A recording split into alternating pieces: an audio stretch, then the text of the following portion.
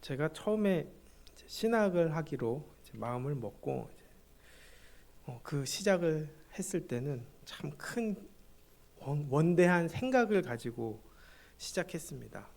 많은 사람들을 전도해야 한다. 그리고 그렇게 많은 사람들을 전도하기 위해서는 큰 예배당도 필요하고 또 화려한 예배당을 해서 목회를 했으면 참 좋겠다라고 생각을 했죠. 그리고 또 새로운 무언가의 프로그램이나 어떤 새로운 모습들을 다른 교회에서 하는 걸 보면 그걸 무조건 받아들여서 어떻게든 사람을 끌어들여야 한다. 이것이 하나님의 뜻이다라고 착각을 했던 적이 있었습니다. 사실 누군가는 주변에서 이런 얘기 하지 않았겠습니까? 참 욕심이 크다고 말했을 것입니다. 그런데 그때 무슨 생각을 했을까요? 전혀 들을 생각이 없죠. 무슨 욕심이냐? 이 거룩한 비전을 가지고 남 어떻게 나한테 그런 평가를 할 수 있느냐? 이런 생각을 했던 것이 기억이 납니다. 그런데 실제로 이 목회를 하다 보니까 결코 그 일이 쉬운 일도 아닐 뿐더러 또 옳지 않다는 것도 알게 되었죠. 저희가 젊은 몇몇 친구들과 저희 집에서 이렇게 예배를 드렸던 적이 있었습니다. 그런데 그때 예배를 드리면서 느낀 것이 뭐냐면 제가 큰 교회는커녕 한 사람도 내 힘으로 온전한 믿음의 자리로 옮길 수 없다는 것을 깨달았습니다. 사람을 쉽게 바꿀 수 없다는 것을 알게 되었고 또 그것뿐만 아니라 내 자신도 아직도 멀었다는 것을 알게 되었죠. 그러고 나서 보니까 조금 제 자신을 낮출 수 있게 되었고 또 하나님의 뜻이 무엇인가에 대해서 좀 더 생각해 보았다는 것입니다. 사실 그동안의 비전은 무엇일까요?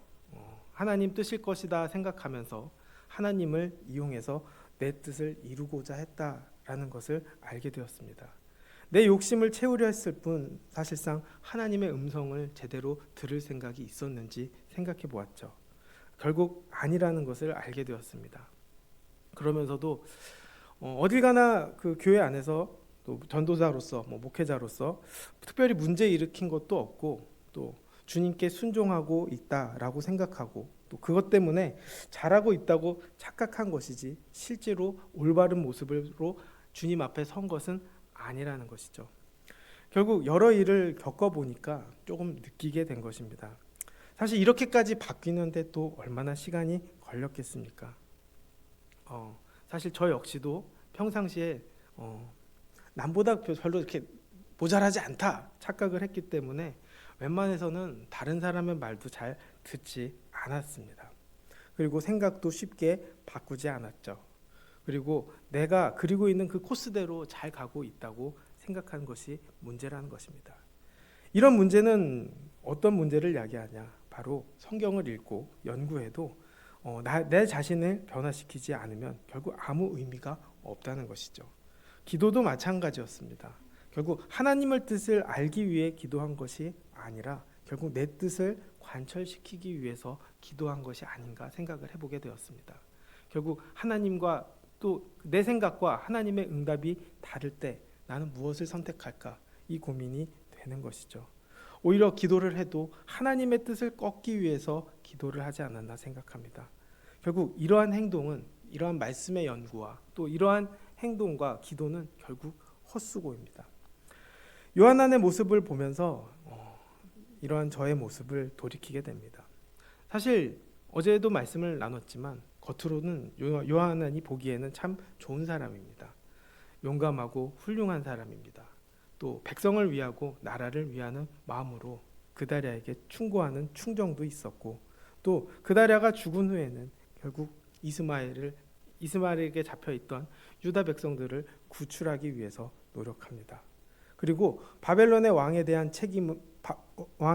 반역에 대한 책임을 물을까봐 두려웠기 때문에 어떻게 보면 어떤 형태로든 유다 사람을 살리기 위해서 애굽행을 결정한 것은 누가 봐도 합리적이고 좋은 행동이라고 생각합니다. 그런데 그는 자기 마음을 굳힙니다. 굳힌 상태에서 예레미야에게 정중하게 기도를 부탁하죠.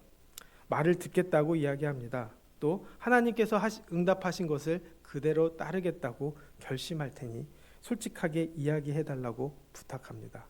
하나님께서는 같은 응답을 하시죠. 유다 땅에 머물러 있으라는 것입니다. 그랬더니 그들의 마음속에 어떤 생각이 들었을까요? 하나님의 응답은 잘못됐다. 내가 원치 않는 응답을 하셨다. 이렇게 되었습니다. 자기들이 원치 않는 응답을 받으니까 결국 본성이 나오게 되는 것이죠. 하나님의 말씀을 들을 생각도 없습니다. 또 그저 듣는 것이 전부인 모습입니다. 자기 마음 편하기만을 바랐을 뿐이고 또 자기가 옳다는 확신과 지지를 원한 것이지 하나님의 뜻에 순종을 하기로 작정한 것은 아니라는 것이죠. 하나님의 말씀을 들어도 자기 생각을 바꾸지 않은 것입니다. 이런 모습들이 바로 어떤 모습입니까? 자기 중심적인 삶의 모습입니다. 겉으로는 남의 말을 다 듣습니다.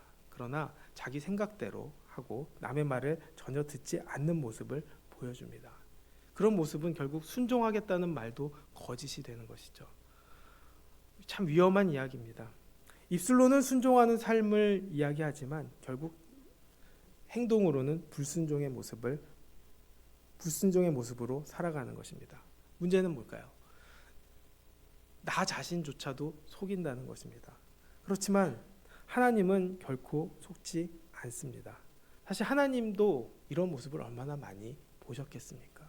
또 우리 인생에서도 이러한 모습들을 얼마나 많이 봅니까? 그런데 문제는 뭐예요? 하나님 앞에서 이랬다는 것이죠. 결국 주님 앞에서 이런 일을 했다는 것은 굉장히 위험한 일입니다. 하나님은 어찌 보면 그 불신자의 뻔뻔함보다도 이 신자의 위선에 분노하시기 때문입니다. 그 마음을 다 아시기 때문에 결코 그 속을 다 아시기 때문에 하나님께서는 더 많은 화가 나셨다는 것을 보게 됩니다. 어떻게 보면 외식하는 자의 모습을 그대로 드러낸 것이죠. 하나님은 요한왕과 그 주변 사람들이 주님의 뜻을 따르지 않을 것을 아셨습니다. 그래서 사실 열흘 후에 응답하신 이유도 무엇일까요? 결국 하나님의 말씀을 생각해 보라는 것입니다. 이미 바벨론과 느부갓네살에게 고개를 숙여야 살아남는다고 여러 번 말씀했습니다. 그런데 그들은 그 말을 듣고 싶지 않았죠. 이 상황은 계속적으로 동일한 상황이 오버랩됩니다. 유다 멸망 직전까지 하나님께서는 백성들에게 쉬지 않고 지적하시고 책망하시고 경고까지 하셨음에도 불구하고 극히 소수의 사람 외에는 하나님의 말씀을 따르지 않습니다. 그리고 그때도 그랬지만 지금도 그랬다는 것이죠. 그로 인해 예루살렘 성은 함락되었고 또 멸망되었습니다. 그리고 그달랴 사건으로 인해서 조금까지도 큰 일을 겪었음에도 불구하고 순종하려고 하는 생각은 갖지 않는다는 것이죠. 그만큼 참 순종이라는 것, 나를 내려놓고 하나님의 뜻을 따른다는 것은 결코 쉽지 않다는 것을 보게 됩니다.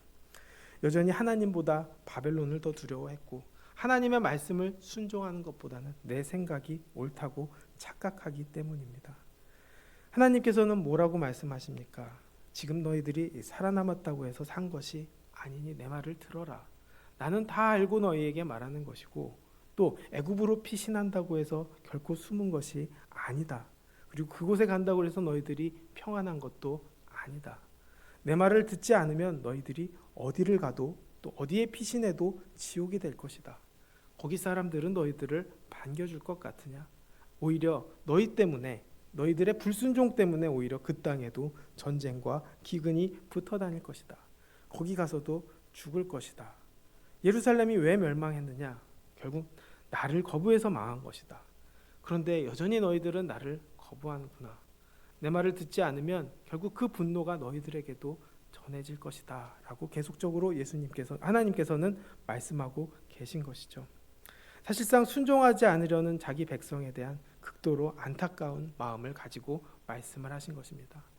사실상 이 마지막 소호소들 또 그들에게 주어진 이 기회들이 우리에게도 지금 들리지 않습니까? 하나님의 말씀을 듣지 않으면 심판이 임할 것입니다. 그렇지만 그 말씀보다 더 안타까운 건 왜 안 따르려고 하느냐? 왜 내 마음을 모르느냐? 라는 말씀이 더 크게 들리는 것이죠. 예레미야의 마음은 이 하나님의 마음과 동일시되어 있습니다. 결국 다시 호소하는 것이죠. 결국 묻고 들었다면 따라야 하지 않는가? 결국 순종해야 된다라는 것을 계속적으로 이야기하는 것이죠. 그 마음이 결국 하나님의 마음이기 때문입니다. 눈으로 보였을 때는 당연히 이들의 뜻이 맞는 것처럼 보입니다. 살기 위해서는 이러한 행동을 하는 것이 맞다고 생각합니다. 그러나 하나님은 우리 눈 너머에 계시고 우리 생각 너머에 계시고 이미 시간에서 자유로우신 분이고 또 능력에서 자유로우신 분이기 때문에 우리는 그 하나님께 묻고 들었다면 그분의 말씀을 듣고 순종하고 따라가야 하는 것이죠. 많은 그리스도인들이 자기의 문제에 대해서 또 자기 인생길에 대해서 하나님께 묻는 것조차 하지 않는 사람들도 수두룩합니다. 또 매일같이 일어나는 일들에 대해서 아무 생각 없이 사는 사람도 있고 또 자기 생각과 또 자기 오랫동안 배어있던 생활 습관에 의해서 생성된 자기 스타일과 감정대로 반응하는 사람도 많습니다. 어떻게 보면 이런 사람들 속에서 하나님이 나에게 무슨 음성을 들려주시는가 고민하고 또 들으려고 하는 사람들도 괜찮은 사람들처럼 보입니다. 그러나 중요한 것은 그 하나님의 뜻을 알고자 한다면 하나님의 말씀에 응답이 전해졌다면 그 말씀을 우리가 순종해야 되는 것이죠. 성경을 통해서도 또 기도를 통해서도 또 내 생활의 인도하심을 통해서도 결국 하나님이 무슨 말씀을 하시는지 깨닫게 되는 것입니다. 이것을 안다면 참 그 자체만으로도 감사해야 되는 것이고 또 감사한다면 결국 그 재미에 우리가 빠지게 될 것이고 그 빠짐으로 인해서 주님의 뜻을 이루고 주님의 은혜를 누리며 살 텐데 그렇지 못한 일들이 얼마나 많습니까? 결국 처음 물을 때부터 이들은 자기 생각을 정해놓고 바꾸려는 마음이 없었기 때문에 결국 하나님의 뜻과는 먼 채로 살아가는 것이죠. 참 여러 가지 방법으로 불순종을 하는구나라는 것을 보게 됩니다. 하나님은 처음부터 끝까지 말씀하십니다. 창조하시면서 지금까지도 말씀하시는 거죠. 주님의 말씀을 들어라. 주님의 말씀으로 돌이켜라. 주님의 은혜를 구해라. 주님만 의지하라. 이렇게 말씀하고 있지만 결국 이것이 참 되지 않는 모습들을 많이 보게 되는 것이죠. 말씀을 전하는 저 역시도 거기서 자유롭지 못하다는 것을 보게 됩니다. 그러나 우리는 노력해야 할 것 같습니다. 또 마음을 주님께 주파수를 맞춰야 할 것입니다. 그랬을 때 온전한 순종이 일어날 수 있기 때문입니다. 결국 우리는 우리 모습을 보면서 또 말씀을 통해서 우리가 얼마나 벗어났는지 또 내 안에 문제가 무엇인지 인식하는 연습이 필요합니다. 또 인식해야 합니다. 대부분의 불순종의 문제는 결국 그 인식이 바뀌지 않기 때문에 일어나는 일이기 때문입니다. 그렇기 때문에 계속적으로 하나님께서는 그 인식을 바꾸게 하기 위해서 말씀하고 계시고 열심히 수행하고 계시고 또 열심히 열심히 알게 하시기 위해서 우리를 고난의 자리에 인도하시기도 하시고 또 평안의 자리에도 인도하게 하시고 어떤 자리에도 인도하게 하셔서 주님을 바라보게 한다는 것입니다. 사실 세상 사람들도 자신의 일과 성공의 비결을 많이 알고 있지 않습니까? 실행하지 않는 곳에서는 어떠한 것도 얻을 수 없다는 것도 알고 있습니다.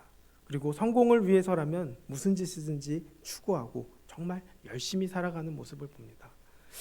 우리가 주님을 위해서 이렇게 사나 생각해 보았으면 좋겠습니다. 열심을 추구하되 하나님 뜻 안에서 추구해야 하는 것입니다. 그리고 주님의 뜻을 안다면 내 자신을 바꾸고 또 주님의 목적을 향해서 뛰어갈 수 있어야 하는 것이죠. 결국 말씀을 통해서 주님의 뜻을 깨닫고 순종하는 믿음의 노력이 우리 안에 있어야 하는 것입니다. 물론 실수할 수도 있고 또 내 생각을 바꾸기 어려울 때도 있습니다. 그리고 또 자칫해서는 내가 하나님의 뜻을 잘 안다고 착각함으로 인해서 교만해질 수도 있습니다. 그러나 하나님의 말씀을 통해서 하나님의 뜻에 대한 분명한 확신을 가졌다면 우리는 순종의 길로 나아가야 합니다. 그리고 늘 점검하고 확인해야 합니다. 그리고 그 배우고 확신한 일에 거하라는 그 말씀을 붙들면서 우리가 살아야 하는 것이죠. 그리고 그 안에서 두렵고 떨림으로 구원을 이루라는 그 말씀을 이루어야 하는 것입니다. 결국 주님 안에 온전한 순종, 내 안에 온전한 마음을 주님께 향하게 했을 때 일어날 수 있는 일입니다. 오늘 하루도 우리가 그 은혜를 가지고 달려가게 되기를 원합니다. 내 마음과 생각을 또 내 마음의 은혜를 내 마음의 주파수를 하나님께 맞추게 되기를 원합니다. 그 맞춤으로 인해서 주님의 뜻에 온전히 순종하고 이 땅에서도 주님의 뜻대로 살아가는 은혜를 누리게 되는 우리가 되기를 주님의 이름으로 축복하겠습니다. 기도하겠습니다. 사랑과 은혜가 많으신 아버지, 하나님의 뜻을 순종하기가 참 어렵습니다. 마음이 주님께 닿지 않을 때가 우리가 너무나 많습니다. 그러나 늘 돌이키게 하여 주시옵소서. 또 예레미야의 심정으로 주님과 같은 마음으로 살아갈 수 있게 도와주시옵소서. 안타까운 마음으로 사람들을 바라보고 말씀을 전하고 또 순종의 자리로 이끌어내는 은혜를 우리에게 더하여 주시옵소서. 주님의 마음이 우리에게 있게 되기를 원합니다. 어딜 가든 주님의 마음으로 살아갈 수 있게 되기를 원합니다. 늘 주님께 우리가 주님과 마음을 합하여 살 수 있는 은혜를 부어주시고 능력을 부어주시고 또 그 기도를 하고 말씀을 보아도 그 마음을 알고 깨닫고 살아갈 수 있는 기쁨의 은혜를 허락하여 주시옵소서. 모든 영광 주님께 돌리며 예수님의 이름으로 기도드렸습니다. 아멘.